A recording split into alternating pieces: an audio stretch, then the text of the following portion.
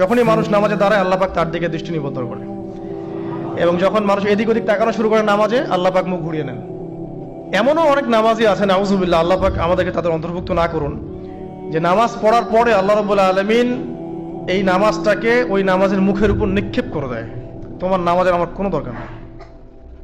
আল্লাহকে পেতে হলে নামাজ লাগবে, নামাজ নাই আল্লাহ নাই। ওয়াস্তাঈনু বিস-সাবরি ওয়াস-সালাহ, তোমরা সবর এবং সালাতের মধ্য দিয়ে আল্লাহর সাহায্য প্রার্থনা করো। আমরা এই জন্য নামাজে বলি ইয়্যাকা না'বুদু ওয়া ইয়্যাকা নাস্তাঈন, আমরা শুধু আপনারই ইবাদত করি এবং আপনার কাছেই সাহায্য প্রার্থনা করি। তো আল্লাহকে পেতে হলে নামাজের কোনো বিকল্প নাই। যে ব্যক্তি নামাজ পড়ে না, আল্লাহর সাথে তার কোনো সম্পর্ক নেই, নো কানেকশন। আপনি যে কোনো কিছু চাচ্ছেন, সেজদায় পড়ে আল্লাহর সামনে আত্মসমর্পণ করেই চাইতে হবে। ওয়াসজুদ ওয়াক্তারিব, আল্লাহ পাক কি বলেছেন? সেজদা করো, নিকটবর্তী হও। তো ব্যাখ্যা অনেক করা যায়। নামাজ না পড়লে কিন্তু মানুষ কুফরিতে লিপ্ত হয়। যে ব্যক্তি মান তারাকা সালাতান মুতাআম্মিদান ফাকাদ কাফারা, যে ব্যক্তি সালাতকে অস্বীকার করে, ফরজ নামাজকে অস্বীকার করে, সে ব্যক্তি কিন্তু কুফরিতে চলে যায়। ঠিক আছে। তারপরে বাইনা রাজুলি ওয়া বাইনা শিরকি ওয়াল কুফরি তারকুস সালাহ, একজন মুমিন বান্দা এবং অমুসলিমদের মধ্যে পার্থক্যই নামাজ। নামাজের বিষয়ে অনেক কথা আমি আগেও বলেছি, আপনারা শুনেছেন, অন্য আলেমদের কাছেও শুনেছেন। এক বাক্যে নামাজ না পড়লে ইসলামের রশিটা কেটে যাবে। মুআয বিন জাবালকে নবী সাল্লাল্লাহু আলাইহি ওয়াসাল্লাম বলেছেন যে যদি মান তারাকা সালাতান মুতাআম্মিদান, কেউ যদি সালাতকে ইচ্ছা করে ছেড়ে দেয়, ফাকাদ বারিয়াত মিন জিম্মাতিল্লাহ, সে ব্যক্তি আল্লাহর জিম্মেদারি থেকে মুক্ত হয়ে যাবে। তার উপর আল্লাহর কোনো জিম্মাদারি নাই, আল্লাহর নিরাপত্তা জিম্মাদারি থেকে সে মুক্ত। তো পাঁচ ওয়াক্ত নামাজ আল্লাহ পাক আমাদের সবাইকে জামাতের সাথে পড়ার তৌফিক দান করুন।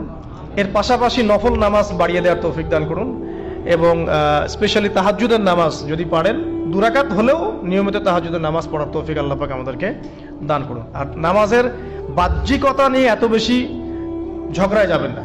এখন আমরা যত ঝগড়া নামাজের বাহ্যিকতা নিয়ে, হাত বাঁধা, রফুল ইয়াদাইন, আমিন আর পায়ে পা, এগুলো নিয়ে ঝগড়া শেষ আছে? নাই। ইসলামের বিরোধী শক্তিরা হাত ভেঙে ফেলার পায়তারা করে ফেলেছে অলরেডি। হাতই না থাকলে আপনি বাঁধবেন কোথায়? মনে করেন আপনার হাতই নাই, বাঁধবেন কি উপরে না নিচে? তো এই হাত তো ভেঙে ফেলার পায়তারা করা হয়েছে। এখন আপনি পড়ে আছেন বাঁধার কোন জায়গায় বাঁধবেন সেটা নিয়ে, অথচ পুরো বৈশ্বিক চক্রান্ত মুসলিমদের বিরুদ্ধে হাতটাই ভেঙে ফেলে দিবে। তুই বাঁধবি কোথায় হাত? তারপর দেখবো। এটা আমরা বুঝতে পারি না। এটা বোঝার জন্য যে জ্ঞান, ইলম, নূর দরকার, তা তো নাই আমাদের মধ্যে। এই জন্য আপোষের ঝগড়া নিয়ে পড়ে আছি। যে ছোটখাটো যে ইখতিলাফি মাসআলাগুলো চলে আসছে দীর্ঘদিন থেকে, এগুলোর কোনো সমাধানে আসতে পারবে না কিন্তু কেউ। পক্ষে বিপক্ষে কথা চলতেই থাকবে কিয়ামত পর্যন্ত, ওইগুলো নিয়ে আমরা ব্যস্ত আছি। তো আমি রিকোয়েস্ট করবো, নামাজের আধ্যাত্মিকত্বের দিকে ফোকাস করেন। নামাজের আধ্যাত্মিকত্ব কি? আপনি আল্লাহর সামনে দাঁড়িয়েছেন, দুনিয়ার সাথে এখন আপনার কোনো সম্পর্ক নেই, আপনি এবং আল্লাহ, মাঝখানে কিছু নাই। নামাজে যা পড়ছেন, সূরা ফাতিহা, অন্যান্য সূরা, রুকু, তাসবিহ, সিজদা, তাশাহুদ, দরুদ, অর্থ বোঝার চেষ্টা করেন এবং অর্থের দিকে ফোকাস করেন, আল্লাহকে পাবেন ইনশাআল্লাহ। সিজদায়, রুকুতে যখন যাচ্ছেন, আপনি চিন্তা করেন যে আপনি মহাবিশ্বের মহা শক্তিধর আল্লাহ রাব্বুল আলামিনের সামনে মাথা নত করেছেন। আপনি চিন্তা করেন যে আল্লাহ আপনাকে দেখছেন। এখন যখনই মানুষ নামাজে দাঁড়ায়, আল্লাহ পাক তার দিকে দৃষ্টি নিবদ্ধ করে, এবং যখন মানুষ এদিক ওদিক তাকানো শুরু করে নামাজে, আল্লাহ পাক মুখ ঘুরিয়ে নেন।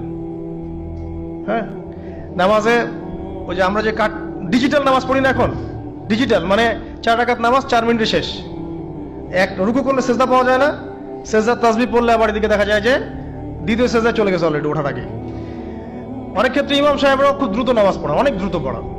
এত দ্রুত নামাজ পড়াবেন কেন? নামাজ জামাতে পড়লে সংক্ষিপ্ত করতে বলা হয়েছে, কিন্তু এত দ্রুত তো পড়তে বলা হয়নি। এখনো দেখবেন মক্কা মদিনায় গিয়ে নামাজ দেখবেন, মাশাআল্লাহ, নামাজটা তাদের মাশাআল্লাহ, এটার প্রশংসা না করলে হক আদায় হবে না। নামাজটা অসাধারণ, ধীর স্থির ভাবে। ফজরের নামাজ 20 মিনিট, 15 মিনিট, 20 মিনিট পড়াচ্ছে নামাজ, রিল্যাক্স। নামাজে দাঁড়ালে চমৎকার তেলাওয়াত হচ্ছে, আপনি ভুলে যাচ্ছেন নিজেকে। তেলাওয়াত হবে চমৎকার, এবং সবচেয়ে ভালো যিনি তেলাওয়াত করতে পারেন তাকে নামাজে দিতে হবে। রিল্যাক্সে নামাজ পড়বে।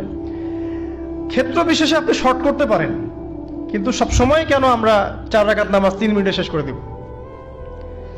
আবার নামাজের পর দোয়াটা হবে লম্বা, অথচ নামাজটাই ছিল দোয়া, নামাজটাই কিন্তু দোয়া। এখন সেজদায় আমরা যদি কান্নাকাটি করতে না শিখি, আল্লাহর সামনে আমি মাথা নত করেছি, এখানে নিজের মনের যত আবেগ, আকুতি, দোয়া, এগুলো আল্লাহর সামনে ঢেলে না দিতে পারি, এই দোয়া কালাম না শিখি, তাহলে তো নামাজের আধ্যাত্মিকতা অর্জন হলো না। সাহাবীরা কেমন করে নামাজ পড়তেন, যে নামাজ পড়ার পরেও তাদের গা থেকে তীর বের করা যায়? কিভাবে তারা নামাজ পড়তেন? তাহলে নবী সাল্লাল্লাহু আলাইহি ওয়াসাল্লাম কিভাবে নামাজ পড়তেন, যে নামাজ পড়ার ফলে তার পা মোবারক ফুলে যাইত? এক রাকাতে তিনি 4 পারা কোরআন তেলাওয়াত করতে পারলেন কিভাবে? তো তাদের নামাজ আর আমাদের নামাজ, আল্লাহ রাব্বুল আলামিন তার রাসূলের মাধ্যমে একটা হাদিসে জানিয়েছেন যে এমনও অনেক নামাজি আছেন, নাউযুবিল্লাহ, আল্লাহ পাক আমাদেরকে তাদের অন্তর্ভুক্ত না করুন, যে নামাজ পড়ার পরে আল্লাহ রাব্বুল আলামিন এই নামাজটাকে ওই নামাজের মুখের উপর নিক্ষেপ করে দেয়, তোমার নামাজের আমার কোনো দরকার নেই। আল্লাহ পাক আমাদেরকে হেফাজত করুন। ধীর স্থির ভাবে পড়েন, রিল্যাক্সে, তারা হওয়ার কিচ্ছু নাই।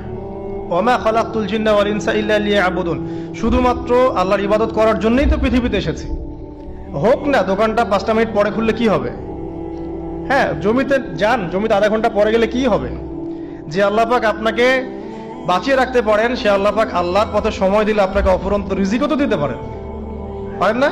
আপনি আল্লাহর হয়ে যান, বাকি সব আল্লাহ আপনার দায়িত্ব নিয়ে নিবেন ইনশাআল্লাহ। আপনি নিজে আল্লাহর হয়ে যান, আপনার সবকিছু দায়িত্ব কে নিয়ে নিবে? আল্লাহ নিয়ে নিবে। তো আল্লাহ পাক আমাদেরকে ধীর স্থির ভাবে আধ্যাত্মিকত্ব অর্জন করে নামাজ পড়ার তৌফিক দান করুন, আমিন।